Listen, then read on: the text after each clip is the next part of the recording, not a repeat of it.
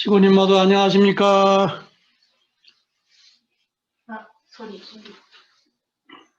소리 했는데. 소리 하셨어요? 네. 네. 오늘 저녁에는 창조 목적에 대한 말씀을 나누도록 하겠습니다. 창조 목적은 하나님의 입장에서는 피조 세계와 인간을 창조하신 목적이 되고, 인간과 피조 만물 세계는 존재하는 목적이 됩니다. 먼저 피조 세계를 창조하신 목적은 어디에 있는가? 존재하는 모든 존재는 나름대로 다 존재 목적이 있습니다. 존재하는 모든 존재가 목적 없이 존재하는 것은 아무것도 없습니다. 창조자가 창조 목적을 가지고 창조했기 때문에 시계를 만든 사람은 시간을 보기 위한 목적으로 시계를 만들어냈습니다. 그 시계 존재 목적은 시간을 가리키는 데 있고, 우리 스마트폰은 스마트폰을 만든 사람이 스마트폰을 통해서 여러 기능을 편리하게 쓰기 위해서 창조해냈습니다. 그 스마트폰은 스마트폰이 존재하는 목적이 있습니다. 이것처럼 우리 인간이 존재하는 목적이 무엇이냐, 우리가 왜 존재하느냐, 나는 무엇 때문에 사느냐, 이런 입장에서 내 존재 목적을 생각할 때에 어느 누구도 우리의 존재 목적이, 인간의 존재 목적이 무엇이라고 분명하게 가르쳐 준 내용은 지금까지 없었습니다. 나름대로 다 존재 목적을 가지고 살았는데, 하늘 부모님이, 하나님이 창조하신 인간과 피조 세계를 창조하신 그 목적을 알 때에 우리 인간의 존재 목적도 분명하게 알 수 있기 때문에, 이전에는 성서 말씀을 중심으로 우리 인간이 존재하는 목적이 어디에 있는지를 알아보겠습니다. 창세기 1장 1절 이하 31절까지 성경을 보면은 하나님이 피조 만물을 창조하시고는 항상 보시기에 좋았다, 선한지라 보기 좋았다고 했습니다. 인간을 마지막 날 창조하시고는 보시기에 심히 좋았다고 했습니다. 이 피조 세계 만물과 인간을 창조하시고는 항상 기쁘다고 하셨습니다. 그래서 기쁨을 누리기 위해서, 기쁨을 위해서 인간을 창조하셨구나, 이걸 우리가 짐작해서 충분히 알 수가 있습니다. 우리 인간이 또 존재하는 목적은 하늘 부모님을 기쁘게 해드리기 위해서 존재하는구나, 이렇게 우리가 이해를 하면서 좀 더 자세히 알아보겠습니다. 둘째로, 하나님의 기쁨을 위한 선의 대상, 기쁨은 어떻게 생기게 되는지 좀 구체적으로 또 한번 생각을 해보면은, 하나님은 성상과 형상의 이성성상으로 계시면서 또 하나님의 이상, 꿈, 하나님의 계획을 가지셨습니다. 그 하나님의 이상과 꿈을, 하나님을 닮은 실체 대상인 만물과 특히 인간을 하나님의 모습대로 담게 해서 성상 형상으로 창조해서 그 실체 대상으로 나타났을 때에, 하나님의 성상 형상이 사람의 성상 형상, 하나님의 실체로, 유형 실체로 나타났을 적에 이 상대를 보시면서 자극적이고 타격적으로 완전한 기쁨을 느낄 수 있기 때문에 창조했다. 이것은 작가가 어떤 구상을 하고 계획을 하고 꿈을 가졌다가 그 대상으로 작품을 만들었을 적에 그 작품이 작가의 계획대로, 작가가 꿈꾸는 대로, 작가가 이상하는 그런 대로 실체 대상으로 완전히 이루어지면은 그 작품을 바라보면서 기쁨을 아주 자극적으로 실체적인 기쁨을 느끼게 됩니다.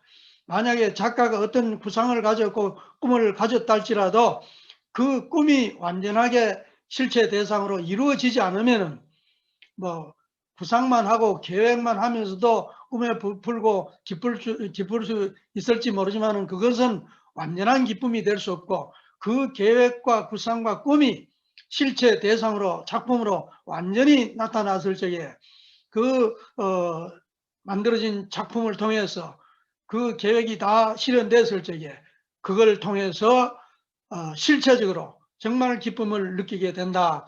이런 입장에서 하나님과 인간, 또 하나님과 피조 세계에도 이렇게 작가와 작품의 입장에서 생각을 하면서 기쁨은 어떨 때 어떻게 해서 완전한 기쁨이, 실체적인 기쁨이 이루어지느냐. 그래서 하나님이 무형으로 계시면서 실체 대상으로 인간을 비롯한 이 피조 세계를 창조하시고 상대적으로 바라보시면서 기뻐하신다. 이런 말씀이 되겠습니다.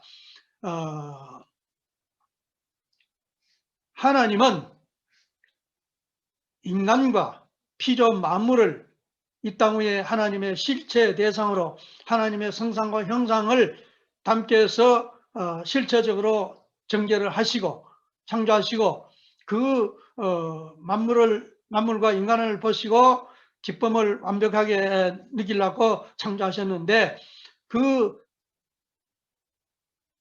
계획이, 꿈이, 구상이 완전히 이루어진 것은 창세기 1장 28절에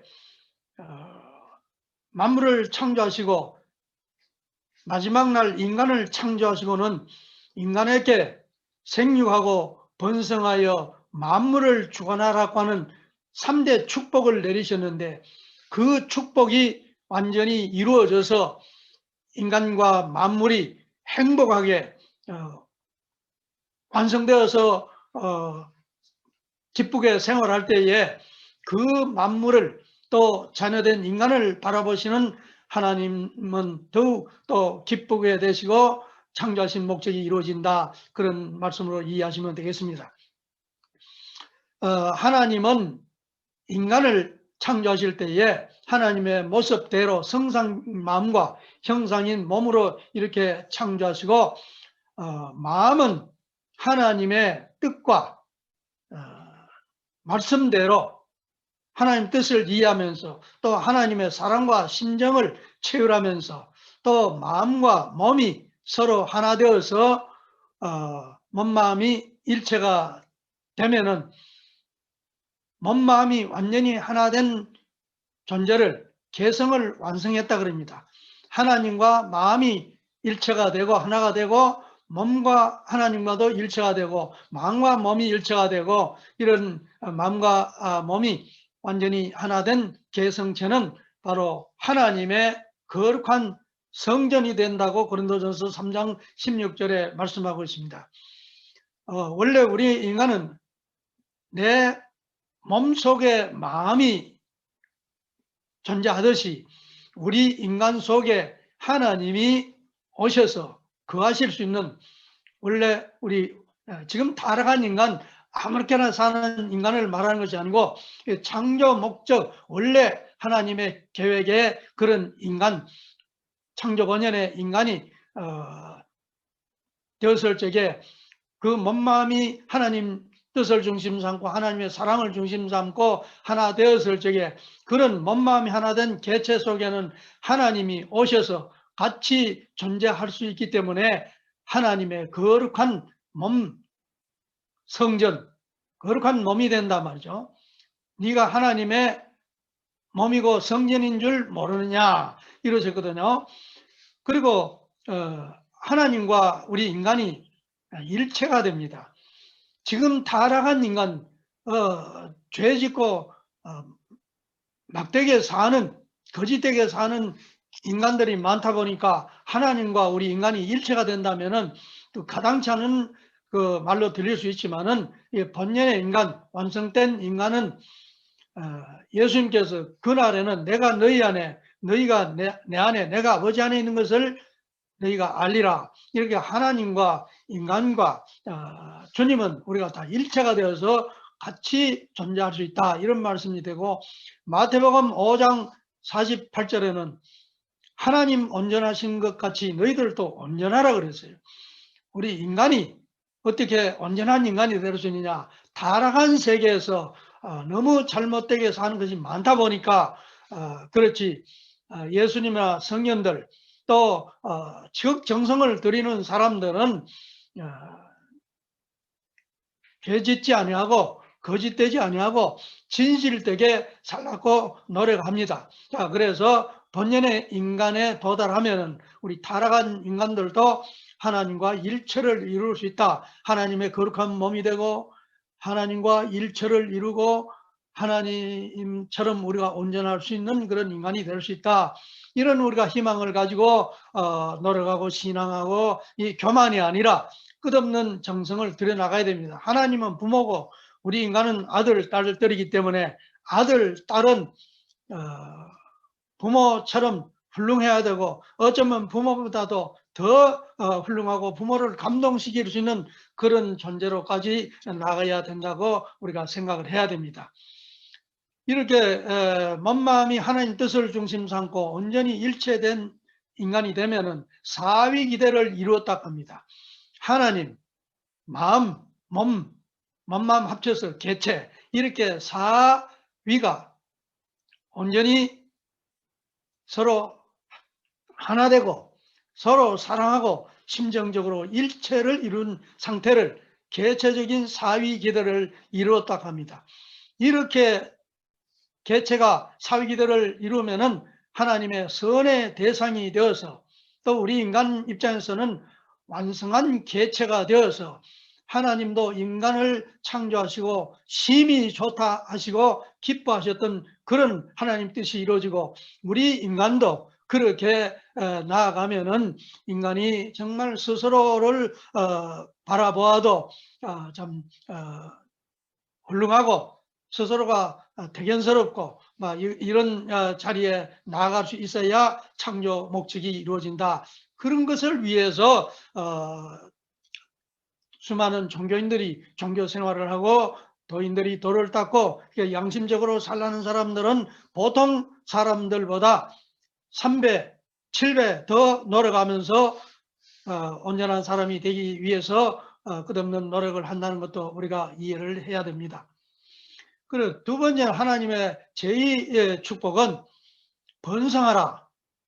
아들, 딸을 많이 낳아서 이제 번성해라. 가정을 완성해라. 이런 말씀인데 하나님 뜻을 중심 삼고 인간 조상 아담과 해와가 아담은 하나님의 뜻을 알고 하나님을 사랑하고 하나님의 심정을 체결하고 또 해와 여자도 하나님과 뜻이 통하고 하나님과 사랑과 심정을 채우라고 또 남편과 아내 사이에도 아담과 해와가 가정을 이루어서 결혼을 해서 하는 결혼식에서 두 부부가 서로 뜻이 통하고 심정이 통하고 사랑이 통하는 그런 자리에 나가면은 사랑으로 일체가 되면은 자녀가 나타납니다. 그 자녀도 하나님과 뜻이 통하고 심정이 통하고 자녀가 아버지와도 뜻이 통하고 심정이 통하고 어머니와도 뜻이 통하고 심정이 통하고 이렇게 모두 말씀으로 뜻으로 사랑과 심정으로 일체가 되면은 가정적인 사위 기대를 이루었다. 하나님도 뜻이 이루어지고 아버지도 어머니도 자녀도 모두 그 꿈이 이루어지고 뜻이 이루어지기 때문에 가정적인 사위 기대가 내 존재의 그 목적이 다 이루어진 것을 가정적인 사회기대를 이뤘다 이렇게 말합니다. 이렇게 되면은 선의 대상이 되어서 이런 가정은 하나님께 기쁨의 대상이 되고 이상 가정이 이루어지고 인간도 가정 천국을 이루게 되고 하나님만 기쁜 것이 아니라 우리 인간들도 이 가정을 이루면서 사회기대를 이루면은 기쁨의 가정이 이루어지고 행복한 가정이 되고 가정 천국이 이루어진다 이렇게 말할 수가 있겠습니다. 그리고 이 가정은 부모 사랑, 부부 사랑, 또 자녀 사랑, 형제 사랑 이 네 가지 사랑이 가장 큰 사랑인데 친구의 사랑도 있고 사제지간의 사랑도 있고 여러 사랑이 있지만은 부모 사랑, 부부 사랑, 자녀 사랑, 형제, 자매 사랑 이 네 가지 사랑이 가장 근본된 사랑이고 큰 사랑이기 때문에 4대 사랑이라고도 하고 4대 심정권이라고 합니다. 이것이 가정에 있는 것이고 이 가정에서 이 네 가지 사랑을 채우라는 것이 가정입니다. 그래서 가정이 무엇보다도 소중하다는 것을 우리가 이 단원을 공부하면서 다시 한번 깨달아야 되겠습니다.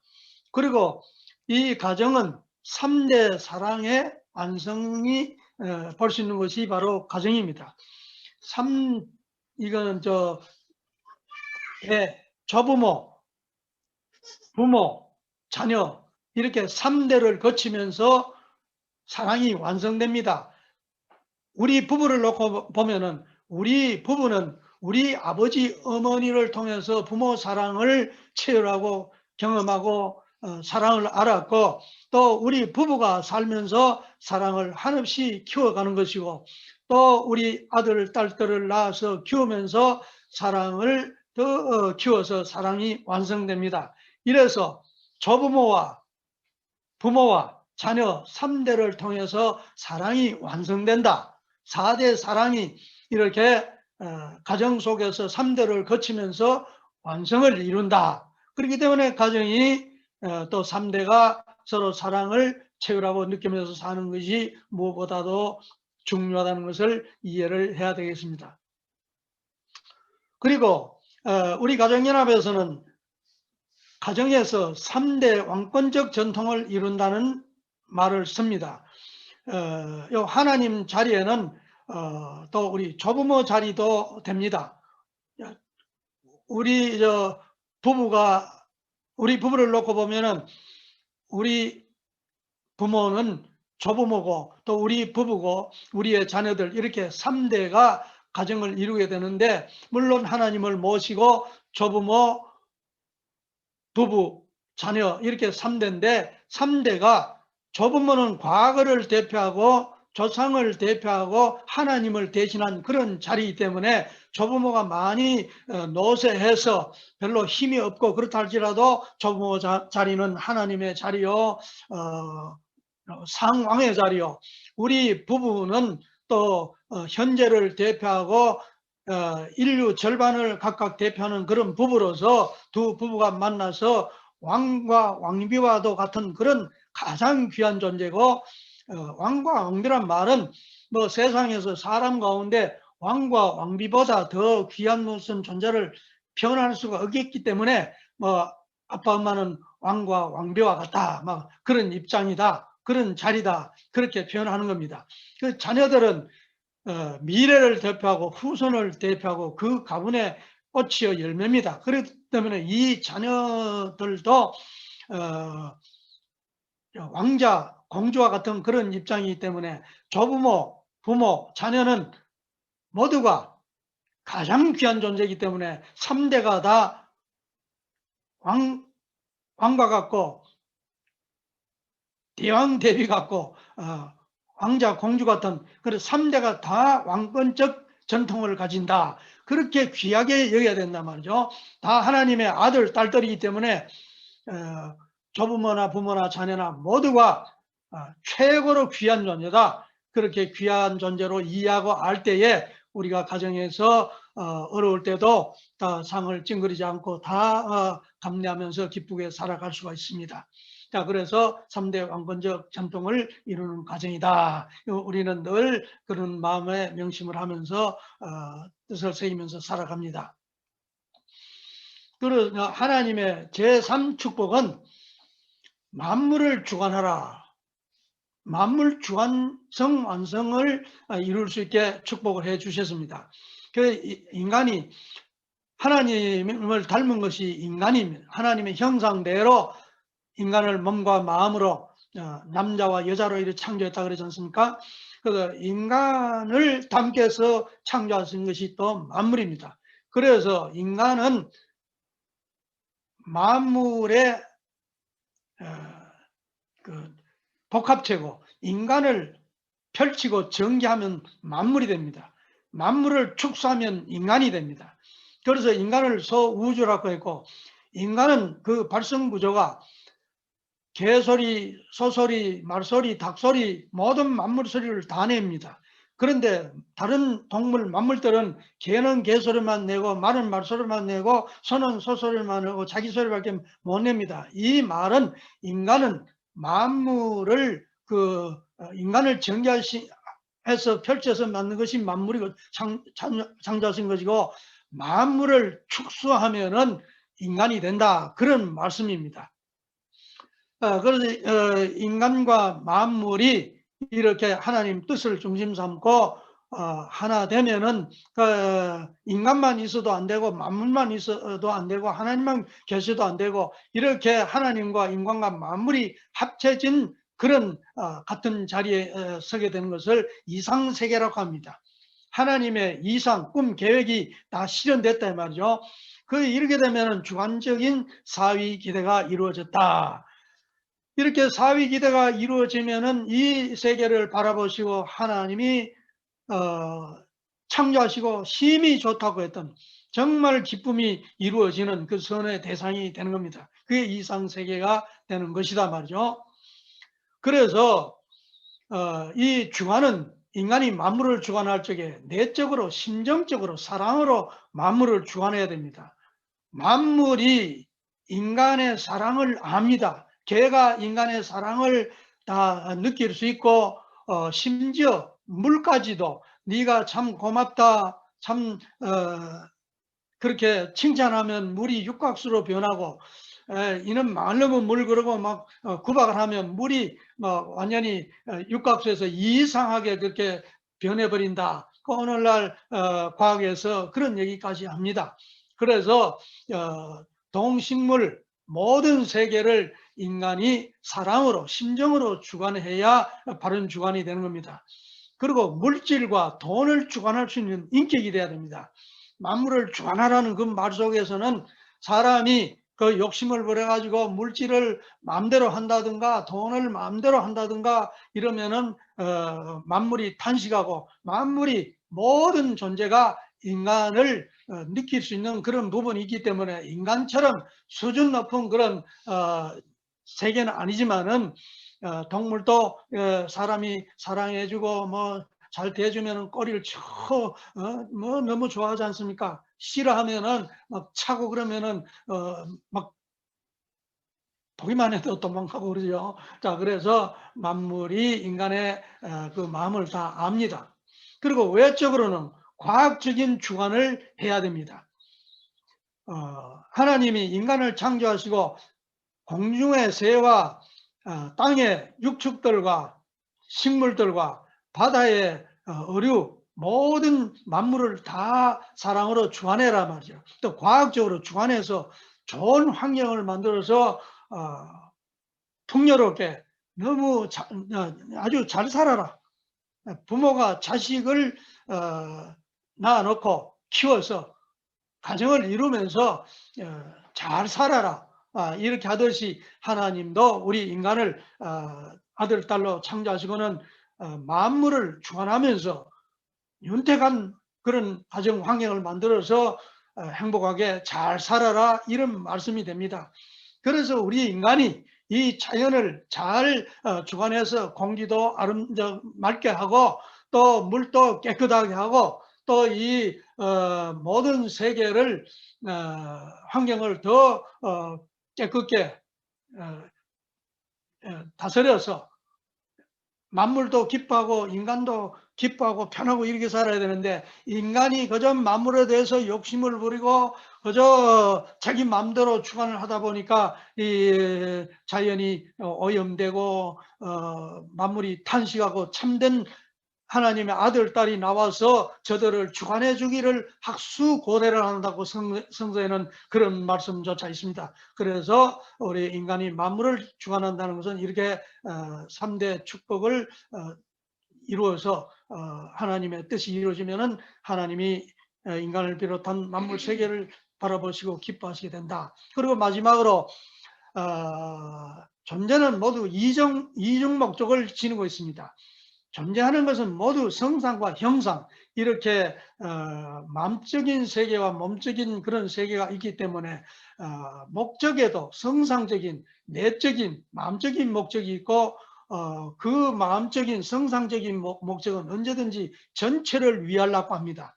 그래, 인간의 마음은 나 자신만을 위해서 배불리 잘 먹고 잘 입고 잘 살겠다 이런 생각만 하는 것이 아니라, 내 환경이 다소 어렵고 힘들지만은 이웃을 위해 주고 만민을 위해 주고 싶고, 내가 돈을 벌어도 100만 명을 먹이고 살리고 좋은 일을 하고 싶고, 누구든지 그런 마음이 다 있습니다. 본성적으로 있습니다. 이건 다 성상적인 목적입니다. 전체를 위해서 살고 싶은 목적이 누구에게나 있는 거예요. 우리 인간이 하나님으로부터 나왔기 때문에 모두가 깨닫고 보면은 하나님처럼 그런 위대한 성품이 있는 것이고 다 그렇게 살아야 되는데, 타락한 세계에서 나쁜 습성에 이렇게 젖어서 본질을 깨닫지 못하고 보니까 그런 것이지, 원래 인간은 이런 전체적인 목적을 가지고 태어납니다. 그리고 형상적인, 몸적인 목적이 또 있죠. 형상적인 몸적인 목적, 이런 것은 좀 개체를 위하는 목적입니다.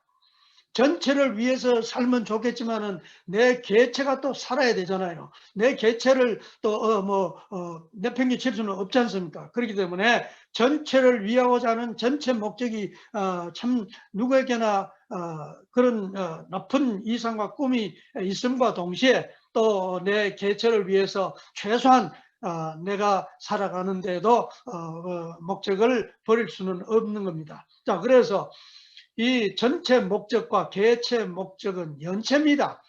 이런 성상과 형상이 서로 둘이 아니고 이렇게 연체로 이어져 연결되어 있기 때문에, 존재하는 존재 목적에도 이렇게 전체 목적과 개체 목적이 있다는 것을 우리가 알아야 되겠고, 전체적인 목적을 떠나서 개체적인 목적이 있을 수 없고, 개체적인 목적을 보장하지 않는 전체적인 목적도 있을 수 없다. 이것을 우리가 꼭 알아야 됩니다. 사람은 언제나 그냥 내가 남 앞에 이기고 성공하고 잘 되는 거, 이것만 그저 생각하고 전체를 돌아보지 않고 전체를 위하는 것이 문제라고 항상 모르기 때문에 이기주의자가 돼가지고, 사람들이 좋은 학교 나와가지고 사회 경쟁에서 성공해가지고 좋은 자리에 올라가가지고 무슨 도지사가 되고 국회의원이 되고 청와대 무슨 대통령이 되고 이렇게 높은 자리에까지 올라가기에는 많은 노력을 정성들여 그렇게 갔다가도 전체 목적을 잊어버리고 개체 목적, 자기 욕심에 차가지고 자기 개체적인 목적에 그 욕심을 채우다 보니까 임기를 마치지 못하고 감옥을 간다든가 높은 자리를 지내고는, 항상 그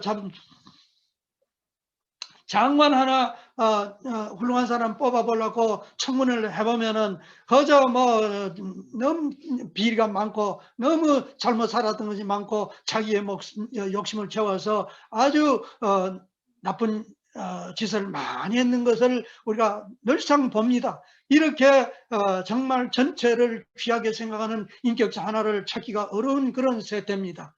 청와대에 들어갔던 대통령들이 나올 때는 모두가 존경스럽게 참 아주 가정에 잘 돌아가서 우리 온 국민의 존경을 받는 대통령은 드물고 모두가 감옥을 들어가고 어떤 사람은 가족을 데리고 감옥을 들어가고 이렇게 정말 인간의 존재 목적을 모르고 또 더욱이나 전체 목적과 개체 목적이 이렇게 연체적인 존재라는 것을 성상의 마음이 귀하고 전체가 더 귀한 것을 알지 못하고 몸을 중심으로 또 자기 개인이 더 너무 귀하게 여겨서 이렇게 참 병고가 수없이 벌어지는 것을 우리가 생각하면서 이 단원을 공부하면서 우리 인간의 존재의 이중 목적을 깊이 우리가 마음에 새겨야 됩니다. 큰 인물이 되겠다. 뭔가 사회를 위해서, 나라를 위해서, 큰 뜻을 위해서 정말 보람있고 의미 있는 삶을 살겠다고 하는 사람은 언제나 이 전체 목적을 가져야 됩니다. 가정보다는 나라를 위한 사람을 애국자라 그러고 나라보다도 이 인류를 위한 사람을 위인이라고 전 세계와 천상천하를 위해서 사는 사람을 성자라고 합니다. 이래서 하루 세 끼 밥 먹고 사는 건 다 같지만은 무엇을 위해서 사느냐 그 목적에 따라서 사람이 존재하는 별로 의미 없는 사람이 있는가 하면은 너무너무 귀한 존재도 나온다는 것을 생각할 때에 우리 창조 목적을 정말 깊이 깨닫고 우리가 목적대로 살 때 하나님이 우리를 통해서 기뻐하시고 내가 인간을 창조하시고 심히 좋다고 했던 그 뜻이 이루어진다는 것을 우리가 생각을 해야 됩니다. 인간이 타락했을 적에 하나님 인간을 창조하신 것을 후회했다고 했고 탄식했다고 하면서 고통과 괴로움을 가지시면서 한을 품고 인류를 다시 자녀를 구원하시는 그런 섭리까지도 우리가 앞으로 쭉 공부를 하게 되면은 창조 목적이 얼마나 귀하다는 것을 우리가 이해하게 됩니다. 감사합니다. 이렇게 오늘 저녁에 말씀을 마치도록 하겠습니다.